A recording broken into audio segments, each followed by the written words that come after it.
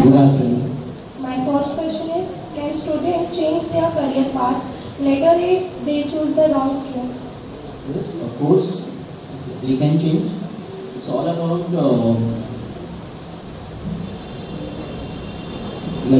when you choose a career path related to science, choose science, commerce, art. After a certain period of time, like after completion of 12, okay, you can go for any career stream.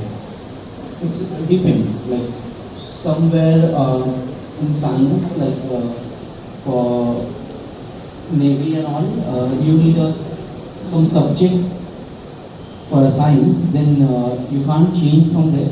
Okay. But for certification course like CA, CS, CMA, CFP, CFA, CPA, these all courses are just need a 12th completion certification. Whether it can be a commerce, arts or science. Second question is, what are best career options for students who are average in studies? It's all about their interest. What you like. It's depend on that. If you like share market, if you like manipulation money, okay, then you can go for a wealth management courses. Wealth management, there are multiple courses after 12, like CFP, one of them, certified financial planner. What exactly they do? They plan for a wealth in mutual fund. Okay. Their starting packages are simple, like 8 to 10 lakh. They are getting after a completion of CFP in good firms. But there is another field like CFA. For that, you need to complete your bachelor degree for 15 years. At least you should be a graduate. After that, only you pursue CFA, Certified Financial CFA, Certified Financial Analysis. How can students manage parental expectation while choosing a career? Parent expectations. If we say parent expectations, parents expect a lot from a kid. Like normally होता क्या है कि parents बहुत ज़्यादा expect करने लगते हैं बच्चों से. उनको मीन्स पेरेंट्स कैसे होते हैं ना बच्चा कि कोई भी पेरेंट्स का सोच कैसा हो जाता है कि मैं अपने बच्चे को वो हर चीज़ में देखना चाहता हूँ जो चीज़ मेरा ख्वाब था, मेरे सपने थे. लेकिन पेरेंट्स को रियलाइज़ ही नहीं होता है कि वो सपने क्या बच्चों के भी हैं क्या. क्योंकि देखो हर एक इंसान ना जो भी बनता है अपने परिश्रम की वजह से, अपने जो स्ट्रगल फेस देखे हैं उससे बनता है. कोई भी इंसान ना जो भी मेहनत किया है, जो भी क्या करते हैं परिश्रम, जो भी हर्डल्स को फेस किया है, उससे जो है क्या करते हैं आगे चल के बने हैं. इस पर एक कोर्स है APJ अब्दुल कलाम का. एक ये था कि शायद से मैं भविष्य नहीं देख सकता, लेकिन मैं अपनी आदतों को अवश्य सुधार सकता हूँ और ये आदतें हमारा भविष्य जरूर बदल देंगी. तो इट्स ऑल अबाउट कि हैबिट कैसा फ्रेम कर रहे हैं पेरेंट्स, उस पर ध्यान दें कि अगर उनके हैबिट पे काम किया जाए तो उनका जो आने वाला भविष्य ऑफकोर्स अच्छा ही होगा.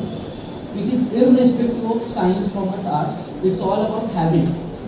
बच्चे का आदत आप कैसे रह जाते हो, आप एक छोटे से बच्चे को क्या ट्रेन कर रहे हो. आप अगर बच्चे के सामने किसी की बुराई कर रहे हो तो अल्टीमेटली वो इंसान गलत नहीं है जिसके बारे में आप बुरा बोल रहे हो. अल्टीमेटली आपके अंदर का वही सेम चीज़ बच्चे के अंदर भी जाएगा कि उसको लगेगा कि आज ये बुराई कर रहे हैं तो वो भी चीज़ें मेरे लिए अच्छी हैं, मुझे भी ये चीज़ें सीखनी चाहिए. तो पेरेंट्स से बच्चे नॉर्मली पेरेंट्स फर्स्ट टीचर होते हैं किसी भी चीज़ के लिए. उनसे चीज़ों को सीखता है बच्चा. तो आप कोशिश करो कि उनकी अच्छी हैबिट फ्रेम करो. अगर परिवार में भी कुछ फैमिली में रिलेटेड इश्यूज हैं तो बच्चे को सामने मत बात करो. क्योंकि आज आप अपने भाई या बहन से रिलेटेड कुछ चीज़ें बात करते हो, तो वो जो छोटा बच्चा है उसकी भी एक बहन है या भाई है, उसके दिमाग में भी वही चीज़ें चलेगी और आगे चल के वो चीज़ें उसके साथ भी होगा। तो कभी भी बच्चों को जितना भी नकारात्मक सोच हो, एटलीस्ट नेगेटिव वाइब्स हो, उससे दूर रखो और उनकी छोटी छोटी आदतें ही उनको बड़ा बनाएंगी। उनका कैरियर स्ट्रीम बड़ा नहीं बनाता।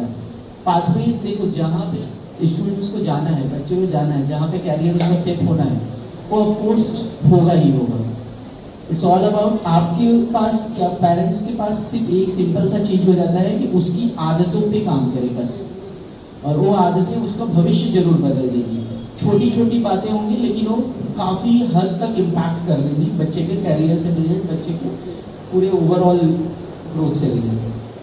My next question is, what role do hobbies and extracurricular activities play in career development? Hobbies simply hobbies की अगर हम बात करें तो इट्स ऑल अबाउट, सबके अपने अपने अलग अलग हॉबीज होते हैं। सिंपली कुछ बच्चों को क्रिकेट खेलना बहुत पसंद होगा, कुछ लोगों को बैडमिंटन खेलना बहुत पसंद होगा। तो हॉबीज पाथवेज में क्या बोलते हैं नहीं डिसाइड करते। हॉबीज देखो क्या हो जाता है ना कि आपको जो चीज़ पसंद है ऐसा नहीं है कि आपका कैरियर भी उसी में फिक्स हो जाए। एक जैसे जैसे आप काम करते जाते हो वैसे वैसे आपकी हॉबीज भी बदलती जाती है। जैसे मैं खुद का एग्जांपल लूँ, मुझे स्पोर्ट्स खेलना बहुत पसंद है, लेकिन एक टाइम के बाद मुझे रियलाइज हुआ कि अगर मैं इसमें बेस्ट नहीं हूँ तो मेरा इसमें कुछ हो नहीं पाएगा। तो मैंने उन चीज़ों को मतलब वो कहीं ना कहीं गलत भी रहा, क्योंकि मैंने छोड़ा तो उसकी वजह से मुझे हेल्थ इम्पैक्ट स्टार्ट हो गया। ओके, नहीं छोड़ना चाहिए था, एटलीस्ट थोड़ा थोड़ा तो करना चाहिए था, मैंने टोटली बंद कर दिया। ओके, तो और धीरे धीरे वो कैसा हो गया कि मेरी हॉबीज़ पहले खेलने की थी, बाद में वो चेंज हो गई। तो अभी मुझे मैक्सिमम टाइम कैलकुलेशन बहुत पसंद है। ओके, मैं कैलसियम में कैलकुलेशन करना पसंद है। ओके, चीज़ों को सॉल्व करना पसंद है। ओके, तो हॉबीज समय के हिसाब से बदलती रहती है। एक छोटा बच्चा जब खेलता है उसको स्टार्टिंग में चलना और दौड़ना पसंद है, जैसे वो बड़ा होता है उसकी आदतें बदलती हैं। तो हॉबीज हमेशा सर्कमस्टेंशियल्स होती हैं, हमेशा सर्कमस्टेंसेस के अकॉर्डिंग चेंज होती हैं। तो अगर आप बोलोगे कैरियर पाथवेज के लिए क्या अच्छा है, तो मैं एक ही चीज़ बोलना चाहूँगा कि ऑलवेज बच्चों को वो सिखाया जाए जिससे वो डिफरेंट डिफरेंट एंगल में सोच सकें। जैसे मैथमेटिक्स एक सब्जेक्ट होता है, आप बोलेंगे तो एक पर्टिकुलर प्रॉब्लम का सिंपल सॉल्यूशन ये नहीं होता कि इस चीज़ को 2+2 ही 4 हो सकता है। नहीं, 6 में से 4 गया तब भी 2 आएगा, 10 में से 6 गया तब भी 4 आएगा। ओके, तो 4 लाने के बहुत सारे हैं, 14 में से 10 गया तब भी 4 आएगा। तो इसका मतलब एक सिंपल है कि आपको अलग अलग एक ही प्रॉब्लम का मल्टीपल सॉल्यूशन होता है। बहुत टाइम कैसा होता है कि बच्चे जब अटक जाते हैं तो काफ़ी टाइम ऐसा होता है कि कुछ बच्चे जब बहुत वीक टाइम पे होते हैं तो वो बहुत सुसाइडल थॉट्स भी आते हैं, उसको लेकर परस्यू भी कर लेते हैं। तो वहाँ पे अगर उन चीज़ों से बचाना है तो उनको एक ही चीज़ सिखाओ कि एटलीस्ट किसी भी समस्या का सिर्फ और सिर्फ एक ही सॉल्यूशन नहीं होता, मल्टीपल सॉल्यूशन होते हैं। आप अगर ध्यान से बैठ के सोचोगे तो बहुत सारे सॉल्यूशंस निकलेंगे। तो उनको कभी भी ट्रेन करो कि उनकी ब्रेन को ट्रेन करो। तो मेरा मानना बहुत सिंपल है, ये भरा रहेगा तो ये खाली नहीं रहेगा। प्रॉब्लम क्या हो जाता है, ये भरना भूल जाते हैं, ये भरने के चक्कर में पड़ जाते हैं। तो जब ज़रूरत पड़ती है तो दिमाग भी खाली है और हाथ भी खाली है। तो जब छोटी समय में आपके पैसे की आदत नहीं लगनी चाहिए। आज का यंग जनरेशन मैक्सिमम देखोगे अमीर बनने से ज़्यादा अमीर दिखने में भरोसा करते हैं। मतलब अगर एक बच्चे का इनकम है 10,000, वो बोलेगा 10,000 में 8,000 का EMI भर दूंगा, एक आईफोन तो ले ही लूँगा आराम से, 8 महीने में तो शॉर्ट आउट हो जाएगा। लेकिन कल उसका डिस्प्ले फूट गया या फिर कोई चीज़ें हो गया तो उसको नहीं करेगा। इससे अच्छा उसको जो है क्या बोलता है, बच्चे को बचपन से सिखाया जाए कि बेटा ओके SIP कैसे करते हैं, ओके स्ट्रैटेजिक इन्वेस्टमेंट प्लान कैसे करते हैं, एक सम ऑफ अमाउंट आप अपने बच्चे के हैबिट क्रिएट करो कि उसको 2 पैसे बचाने की आदत हो। उसको अगर 10 रुपए आप दे रहे हो तो उसको बोलो कि उसमें से एटलीस्ट 3 रुपए बचा के रखो। तो ये जो छोटी छोटी आदतें हैं उसका आगे फाइनेंशियली उसको बहुत हेल्प करेगा और डेब्ट ट्रैप में फंसने से मदद करेगा, आगे चल के कर्जे में फंसने से बहुत मदद करेगा। क्योंकि होता कैसा है ना, मैं बीइंग अ सीए भी बहुत सारे मेरे क्लाइंट्स ऐसे हैं, या फिर बीइंग अ सीएफए भी हमारे बहुत सारे ऐसे क्लाइंट्स हैं जिनको हमने देखा है जिनका ऑलमोस्ट 96-97 लाख का पैकेजेस है। अराउंड वो मंथली ये पकड़ लो 8 से 10 लाख रुपए कमा रहे हैं, लेकिन at the end of the day वो क्या हो रहा है ना कि उनको तब भी क्रेडिट कार्ड का बिल पे करने के लिए मंथ के एंड में उनके पास पैसे नहीं है। प्रॉब्लम क्या है, उनकी एक्सपेंसेस ज़्यादा वो लोग क्रिएट किए, और एक्सपेंसेस कहाँ से बढ़ी, उनकी आदतों से। ओके, तो बहुत ज़रूरी हो जाता है हैबिट पे कंट्रोल करना कि आप फाइनेंशियली पैसे को मैनेज कैसे करो, बहुत ये होता है। और सिंपली होता है कैसे, स्कूल कॉलेज सिखा नहीं सकता, वो पेरेंट्स ही सिखा सकते हैं। उनको 2 रुपए देने के बाद 1 रुपये बचाने की हैबिट पेरेंट्स से ही आएगी और किसी से नहीं आएगी। तो वो सब चीज़ें आप ही छोटी चीज़ें स्टार्ट करो, SIP स्टार्ट करो, बच्चों को सिखाओ कि अगर क्या तो महीने का हर एक बच्चे को 500 तो बचा ही सकते, 500 का SIP डालो। ओके, SIP गोना भी एक बोला जाता है, अल्बर्ट आइंस्टाइन ने बोला था, compounding is the 8th wonder of the world. जो कंपाउंडिंग होता है, जो चक्रवर्ती ब्याज होता है, मतलब ये जो पैसे के ऊपर पैसा जो मिलता है ना, ये बहुत बड़ी चीज हो जाती है। वो चीजें एक समय के बाद काम करती हैं, मतलब 10-5 साल के बाद काम करना स्टार्ट करती हैं। आप कभी भी एक छोटा SIP आज दिख रहा है, 500 रुपए का SIP दिख रहा है, 10 साल के बाद वो जब 15-20 लाख बनता है ना, तब लोगों को ये आता है कि वो छोटी सी आदत मेरे को आज 20 लाख रुपए दे रहा है कि एटलीस्ट मैं एक बहुत बड़ा डिसीजन ले सकता हूँ इस 20 लाख को लेकर। लेकिन क्या हो जाता है, वो 20 लाख जमा करने के लिए आपको पहले 500 रुपए जमा करने की आदत तो डालनी पड़ेगी। तो इम्पोर्टेंट वही है कि कोई भी फाइनेंशियल चीज़ें सीखनी है बच्चों को तो पेरेंट्स उसको सिखा सकते हैं। So, what advice will you give to students who are confused about their future? Confused about their future. Like at your stage, like as a kid, अगर मैं खुद को देखता हूँ तो मैं एक ही एडवाइस करूँगा कि मैं खुद भी बहुत कंफ्यूज था। इवन हर एक बच्चा जो है क्या बोलते हैं, जब तक देखो कैसा हो जाता है ना, जब तक आपको इन्फॉर्मेशन नहीं है, जैसे सर ने बताया था अभी, जब तक आपको किसी चीज़ के बारे में इन्फॉर्मेशन नहीं है तब तक कंफ्यूजन है। अगर मैं बोलता हूँ कि एक पर्टिकुलर चीज़ आपको याद करना है तो आप 2-3 बार आप याद भी कर लोगे, लेकिन कुछ समय के बाद आप भूल जाओगे। तो बहुत ज़रूरी है उस चीज़ को समझना। अगर आप किसी चीज़ को समझ लेते हो तो आप भूलोगे नहीं। और उसके लिए आपको क्या करना पड़ेगा, एटलीस्ट कोई भी चीज़ का कॉज कुछ समझना पड़ेगा, वाई। देखो हर एक चीज़ किसी ना किसी कारण की वजह से बनी है। There is always a why. Try to find a why. Exactly एक पर्टिकुलर कॉन्सेप्ट, कोई भी चीज़ें आ रही हैं, क्यों आ रही है, ये ऐसा ही क्यों हो रहा है, 2+2 4 ही क्यों होता, 5 क्यों नहीं होता। Try to find a reason behind every concept. हर एक कॉन्सेप्ट के पीछे कुछ ना कुछ तो रीजन होगा, कुछ ना कुछ कारणों की वजह से तो बना होगा।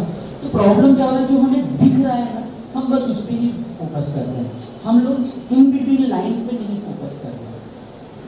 आई tell you my thing, Covid के टाइम पे एक कंपनी थी APG सिपियार्ड।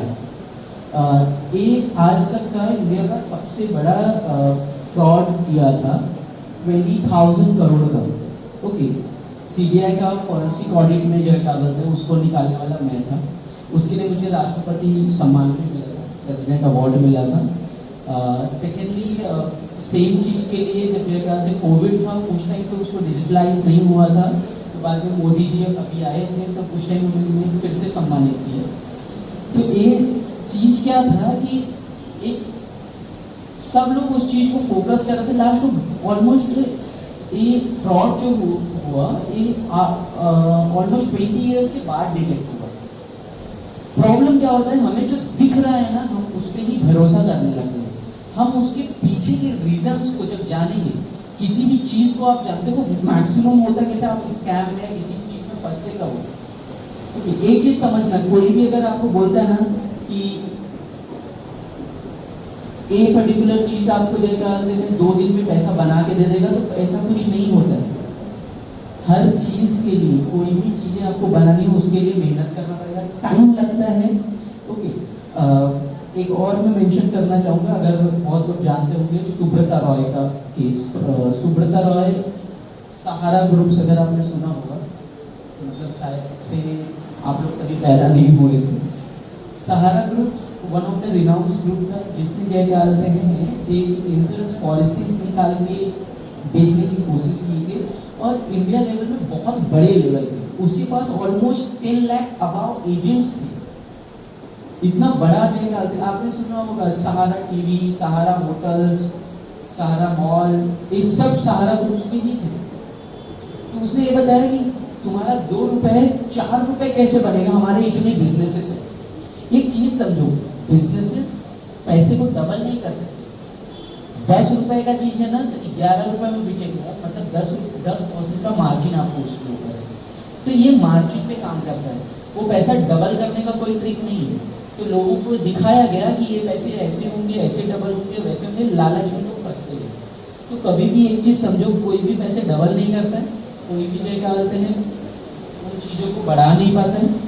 सिंपल है, थोड़ा आप अपना दिमाग यूज करो, चीजें अपने आप बहुत सारी चीजों से बच जाओगे।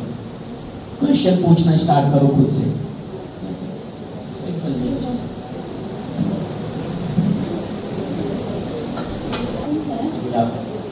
My first question is, how can I identify my strength and interest? Strength, when you work on something like it's simple कि अगर आपको कोई चीज़ पसंद है, जस्ट एक एग्जांपल कि अगर आप कोई सॉन्ग गा रहे हो, तो आपको लग रहा है कि इसको और बेहतर किया जा सकता है, तो आप और अच्छा करने की कोशिश कर रहे हैं। आप देखोगे कि आपको सेटिस्फैक्शन नहीं मिलेगा, तो आप जो है और अच्छा करने की कोशिश कर रहे हैं। लेकिन इन सब चीज़ों में आपको कुछ मिल नहीं रहा है, लेकिन इसमें आपका सेटिस्फैक्शन बहुत ज़्यादा हो रहा है। आपको ये रियलाइज़ हो रहा है कि ये काम करने में मुझे मज़ा आ रहा है। तो ये आपका स्ट्रेंथ है, ये आपको पता है कि क्या बोलते हैं, आप इस चीज़ में बहुत बेहतर कर सकते हो, जस्ट बिकॉज क्योंकि आप इस पर बार बार काम कर रहे हो, तो आपको एक सेटिस्फैक्शन मिल रहा है।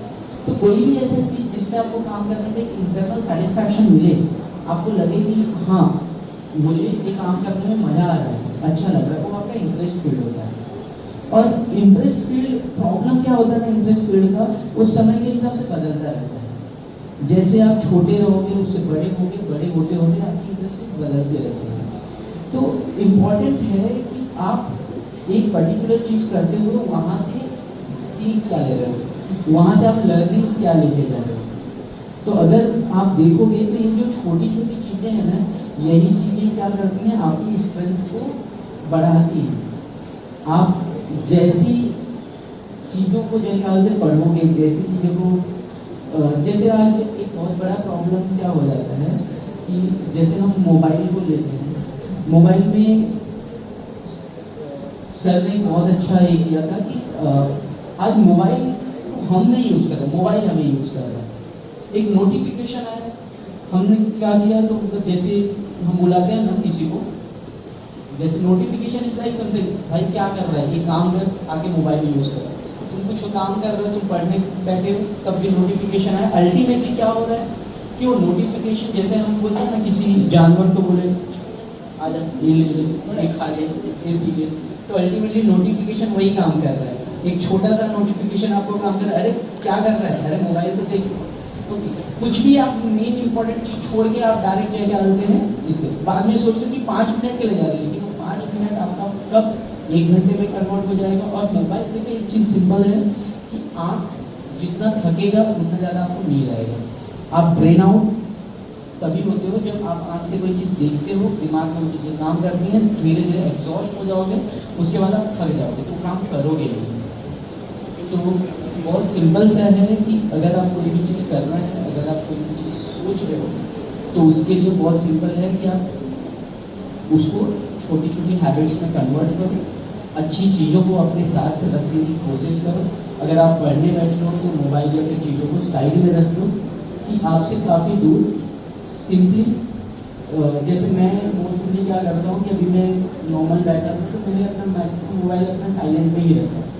मोबाइल में तब तक नहीं टच करूँगा अगर मैं किसी काम को करने बैठा हूँ तो मैं यही सोच लेता हूँ कि मोबाइल नहीं है, भले कोई इंपॉर्टेंट कॉल आएगा सर्टन पीरियड ऑफ टाइम मेरे लिए कोई भी काम मैं कर रहा हूँ तो उस टाइम के लिए वो इम्पोर्टेंट है, वो कंप्लीट होने के बाद मैं कॉल बैक कर दूँगा। तो आप भी मोबाइल यूज़ करो लेकिन मोबाइल का सही उपयोग बहुत जरूरी है। My second question is, what are the different career options students are unaware? Different career options. I don't know about the science a lot. Science के लिए हमारे सर जी हैं जो आपको ज़्यादा अच्छा एक्सप्लेन कर सकते हैं। स्पेशली मैं कॉमर्स सेगमेंट में मेरा नॉलेज जो है, अगर आपको अकाउंटिंग और टैक्सेशन पसंद है, मतलब अगर आपको हिसाब किताब पसंद है, आपको लगता है देखो मैथ्स अगर आपको पसंद है, मैं प्रेफर करता हूँ अगर मैथमेटिक्स पसंद है, आपको नंबर्स के साथ खेलना पसंद है, तो मैं हमेशा प्रेफर करता हूँ कि आप कॉमर्स के लिए जाओ। उसका रीज़न यही होता है क्योंकि कॉमर्स में बहुत सारे ऑप्शंस हैं, बड़े से बड़ा बिजनेस, एक बहुत बड़ा हॉस्पिटल भी एक कॉमर्स का चयन ही होता है। कॉमर्स कोई स्ट्रीम नहीं है, ओके, कॉमर्स को पढ़ नहीं सकते। नॉर्मली हम लोगों ने बांध दिया है उसको कि कॉमर्स एक सेगमेंट है, बीकॉम है, बैफ है, बीएमएस है या फिर कोई बैचलर डिग्री है। नहीं, commerce is all about business. Normal एक हॉस्पिटल भी वो क्या कर रहा है, वो बिजनेस कर रहा है। नॉर्मल कोई भी क्या कर रहे हैं, जहाँ पे भी प्रॉफिट आ जाता है वहाँ पे कॉमर्स आ जाता है। कोई भी आप स्ट्रीम लो, सब जगह इवन कुछ भी करो, आप बड़े होगे उसके बाद कुछ ना कुछ ऐसे जरूर करोगे जिसकी वजह से आपका लाइफ चले। मतलब आपको अल्टीमेट जब आप कहीं भी जॉब लेने जाते हैं बच्चों, तो आप जॉब के लिए आप अपने 8 आवर्स को सेल करते हो कि मैं अपने 8 आवर्स को आपको सेल करता हूँ, इस 8 आवर्स के अगेंस्ट में मुझे आप क्या पे करोगे। तो आप अपने 8 घंटे को उनको बेचें। तो ये जो बेचना है, जो ये सेलिंग है, यही है कॉमर्स। कॉमर्स में नॉर्मली कैसा हो जाता है कि बहुत सारे ऑप्शंस हो जाते हैं। प्रेफरेबली अगर कोई बच्चा अच्छा है पढ़ने में तो सीए के लिए देखो एक चीज़ सबको पॉजिटिव बिल्कुल जरूरत नहीं है, मिनिमम आपको 45% होना चाहिए। लेकिन बहुत ज़्यादा जरूरी है कि अगर आप सीए के लिए जा रहे हो, कंसिस्टेंसी बहुत मायने रखता है। आप कंटिन्यू लेवल पे पढ़ना पड़ेगा, दिन में कम से कम 5-6 घंटे 4 घंटे 3 घंटे कंसिस्टेंट लेवल पे पढ़ना पड़ेगा। तो वो कंसिस्टेंसी लेना बहुत जरूरी है। अगर आप सीए के लिए नहीं जा रहे हो तो उसके बाद सीएस है। देखो ये सब में पैकेजेस बहुत अच्छे रहते हैं। ओके, अगर मैं मेरी बात करूँ तो मैं डेलॉयट करके कंपनी है जो बिग 4 दुनिया में चौथी, मतलब बिग 4 बोला जाता है दुनिया की बड़ी 4 कंपनियों में से एक कंपनी है ना। तो इनिशियल पैकेज जैसे मैंने स्टार्ट किया तो 18 लाख का पैकेज से स्टार्ट किया था। 2 साल के बाद ऑलमोस्ट 43 लाख के पैकेज पे मैंने देखा था, कंपनी को छोड़ा था। सॉरी, 3rd ईयर में मैंने वो कंपनी को छोड़ा था। तो एग्जैक्टली क्या करते हैं, यहाँ पे एक बड़ा पैकेजेस मिलता है और उसके बाद कैसे है, जैसे सिर्फ यही नहीं है, सीए सीएस सीएमए को छोड़ के भी सीएफपी है, सीएफए है, सीपीए है, एमबीए फाइनेंस में करते हैं, एमबीए मार्केटिंग में कर सकते हो। ओके, एमबीए मतलब master of business administration. Normally इसमें भी बहुत सारी चीज़ें हो जाती हैं। तो बहुत सारे पाथवेज हैं कॉमर्स में, जिसको आप अगर आप एवरेज हो, अगर आप नहीं भी हो, तो यहाँ पे ये मायने नहीं रखता है कि आपका रिजल्ट क्या है, आपका स्किल क्या है, वो बहुत मायने रखता है। आपके अंदर क्या क्वालिटीज़ है, आप कैसी चीज़ों को सेल कर सकते हो, वो मायने बहुत रखता है। आप कैसी चीज़ों को व्यवस्थित रख सकते हो, ओके, वो मायने रखता है। तो यहाँ पे बहुत सारे पाथवेज हैं। Sir, my next question is which career will have a high demand in the future, according to you? Which career Have high demand in the future. high demand in the future? Okay. Demand is all about depend. Okay. We cannot predict a demand because future is always unpredictable. We never know what gonna be happen next. Okay. According to me, right now, शायद से लोगों ने सुना नहीं होगा लेकिन hedge fund managers होते हैं जिनको दुनिया में सबसे ज़्यादा पेमेंट होता है। अगर मैं बात करूँ यूएसए या यूके या फिर अदर कंट्रीज में एक हेज फंड मैनेजर का मिनिमम सैलरी ऑलमोस्ट 125 CR से अबव होता है। अब ये हेज फंड मैनेजर्स होता कौन है, करता क्या है? जैसे आप लोग SIP करते हो, ओके, एक छोटा छोटा 500-500 रुपये का SIP किया तो एक पर्टिकुलर हेज फंड मैनेजर रहेगा, वो हर महीने उस SIP को लेगा और ऐसा दुनिया भर से सब लोग करते हैं। और एक छोटा सा हेज फंड मैनेजर भी एक छोटा सा भी जो है हेज फंड चलाता है तो वो कम से कम 6 से 7 हज़ार करोड़ का होता है।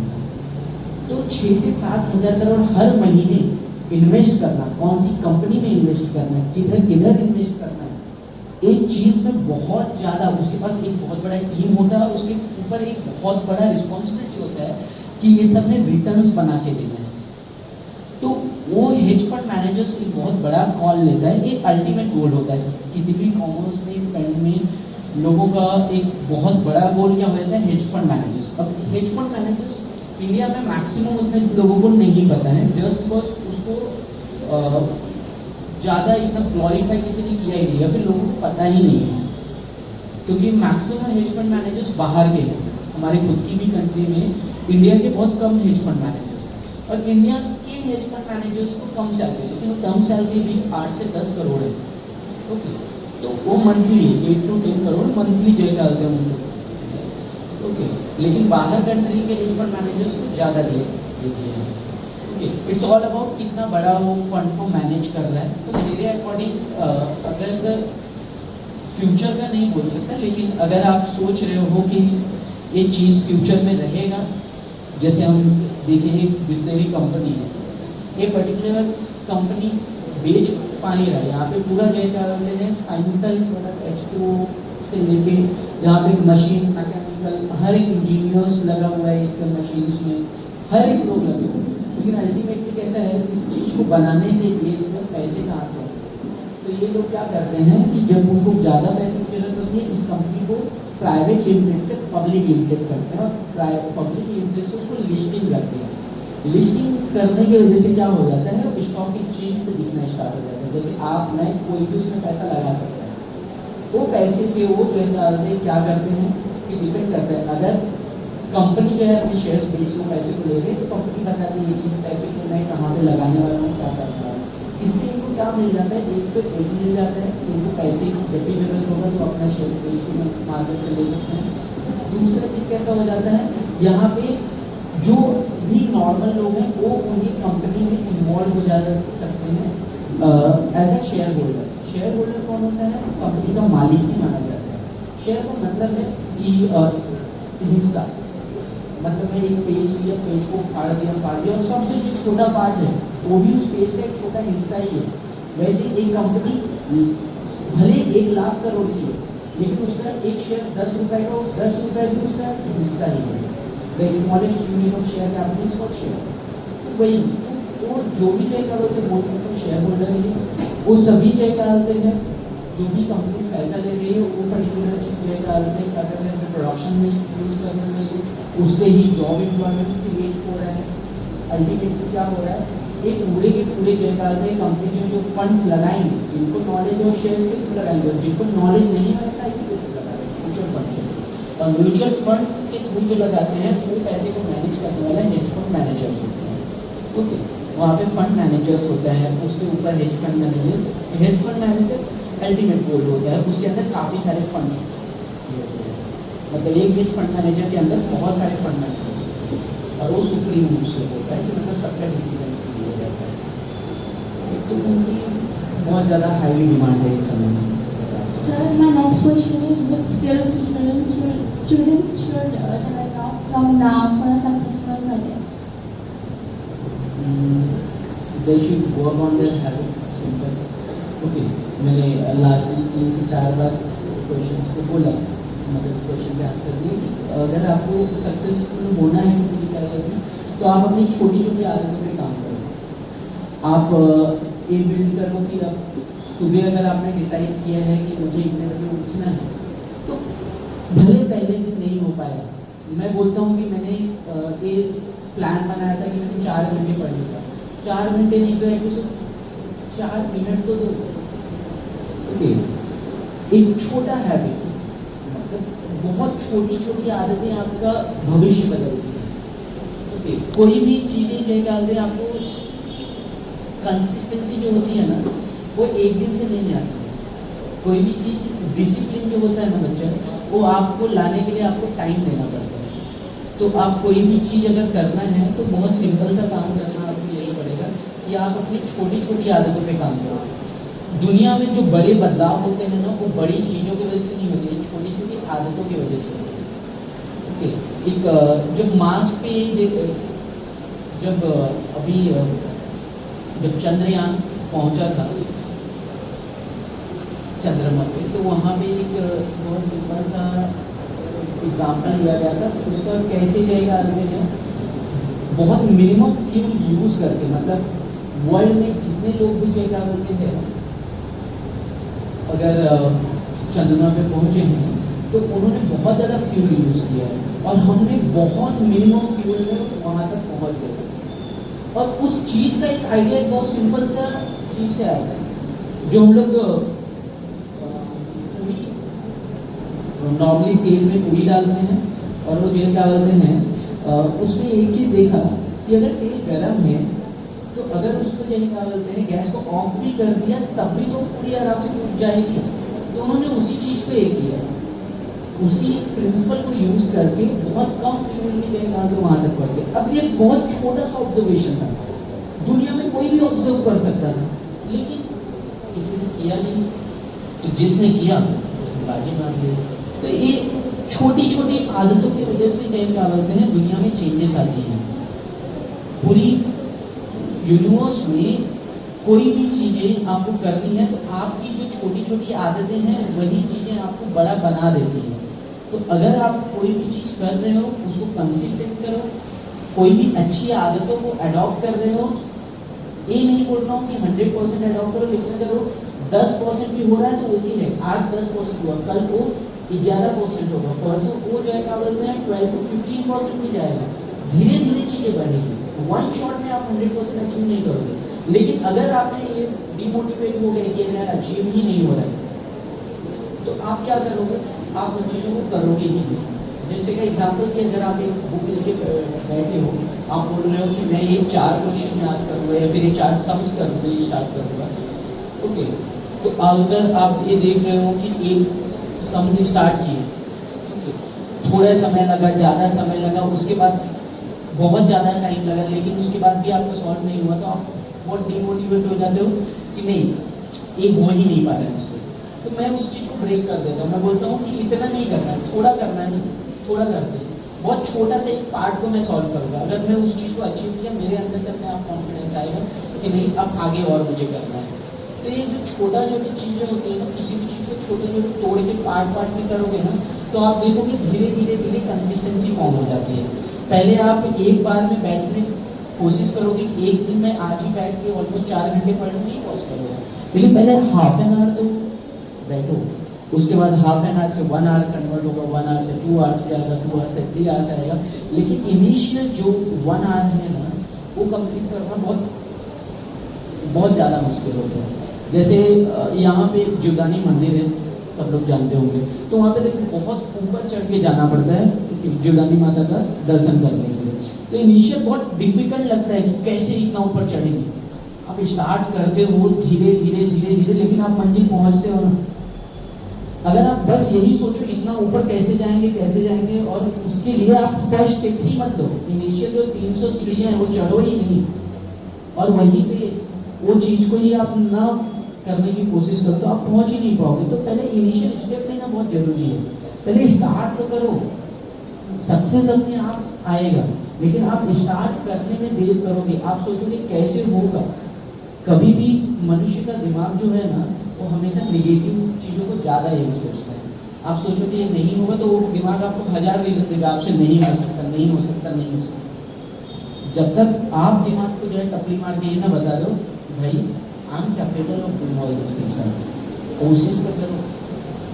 एक बहुत अच्छा शायरी था कि माना कि आसमां में खेल नहीं होगा, एक पत्थर तो उछालो तबीयत से, आगे भी याद नहीं। Thank you, sir.